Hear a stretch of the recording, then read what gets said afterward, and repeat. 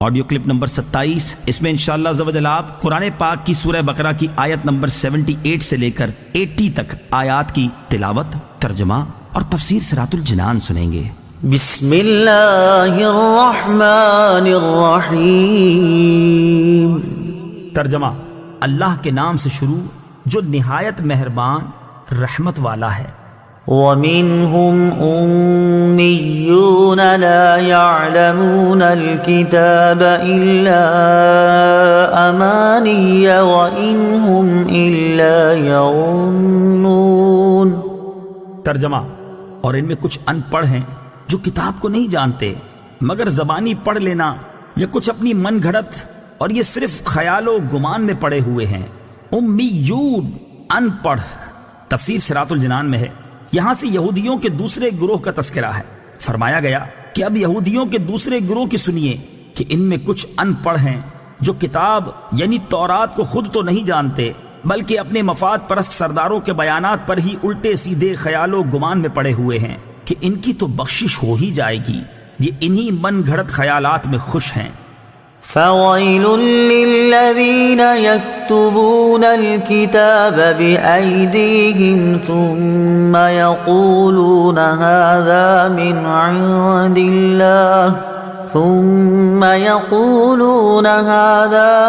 عِندِ اللَّهِ لِيَشْتَرُوا بِهِ ثَمَنًا قَلِيلًا فَوَيْلٌ لَّهُم مِّمَّا كَتَبَتْ أَيْدِيهِمْ وَوَيْلٌ لَّهُم مِّمَّا يَكْسِبُونَ۔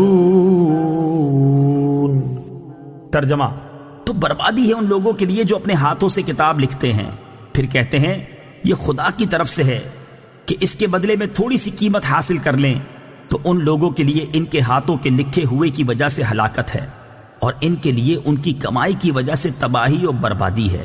فویلن، تو بربادی ہے۔ تفسیر صراط الجنان میں ہے، جب سرکار دو جہاں صلی اللہ تعالی علیہ وآلہ وسلم مدینہ طیبہ تشریف فرما ہوئے تو علماء توریت اور سرداران یہود کو کبھی اندیشہ ہو گیا کہ ان کی روزی جاتی رہے گی اور سرداری مٹ جائے گی، کیونکہ توریت میں حضور پرنور صلی اللہ تعالی علیہ وآلہ وسلم کا حلیہ اور اوصاف مذکور ہیں۔ جب لوگ حضور اقدس صلی اللہ تعالی علیہ وآلہ وسلم کو اس کے مطابق پائیں گے تو فوراً ایمان لے آئیں گے اور اپنے علماء اور سرداروں کو چھوڑ دیں گے۔ اس اندیشے سے انہوں نے توریت میں تحریف و تغییر کر ڈالی اور حلیہ شریف بدل دیا۔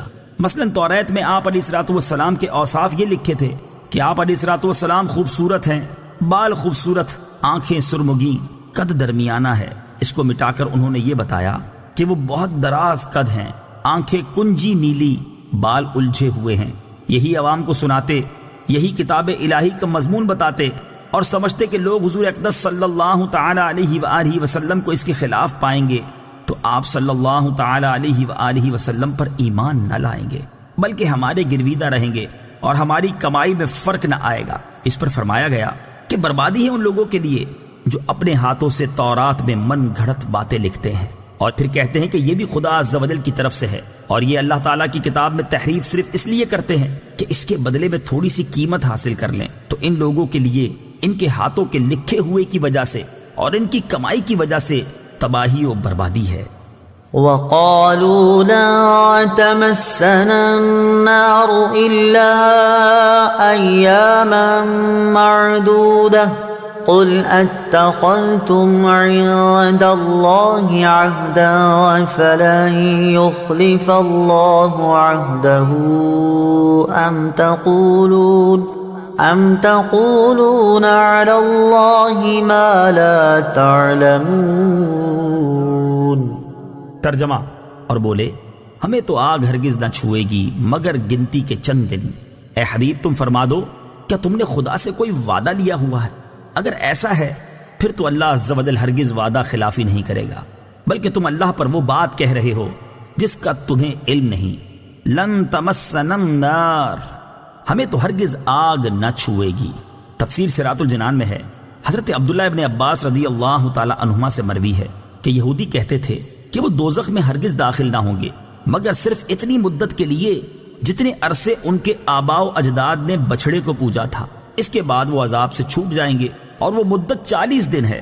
بعض یہودیوں کے نزدیک 7 دن ہے۔ اس پر یہ آیت کریمہ نازل ہوئی۔ چنانچہ اس آیت اور اس کے بعد والی آیت میں فرمایا گیا کہ اے حبیب صلی اللہ تعالی علیہ وآلہ وسلم، تم ان سے فرما دو کہ کیا تم نے اللہ تعالیٰ سے کوئی وعدہ لیا ہوا ہے کہ وہ تمہیں چند دن کے لیے ہی جہنم میں ڈالے گا؟ اگر ایسا کوئی عہد ہے پھر تو اللہ تعالیٰ ہرگز وعدہ خلافی نہیں کرے گا، لیکن ایسا کچھ ہے نہیں، بلکہ حقیقت یہ ہے کہ تم اللہ تعالیٰ پر جھوٹ باندھ رہے ہو، اور اللہ تعالیٰ تم سے ایسا وعدہ کیوں کرے گا کہ تم جہنم میں زیادہ عرصے کے لیے نہیں رہو گے؟ حالانکہ اللہ تعالیٰ کا قانون یہ ہے کہ جس نے گناہ کا ارتکاب کیا اور اس کے گناہ نے اسے ہر طرح سے گھیر لیا، یعنی وہ کفر میں جا پڑا، تو وہ جہنم میں جائے گا اور ہمیشہ ہمیشہ وہاں رہے گا۔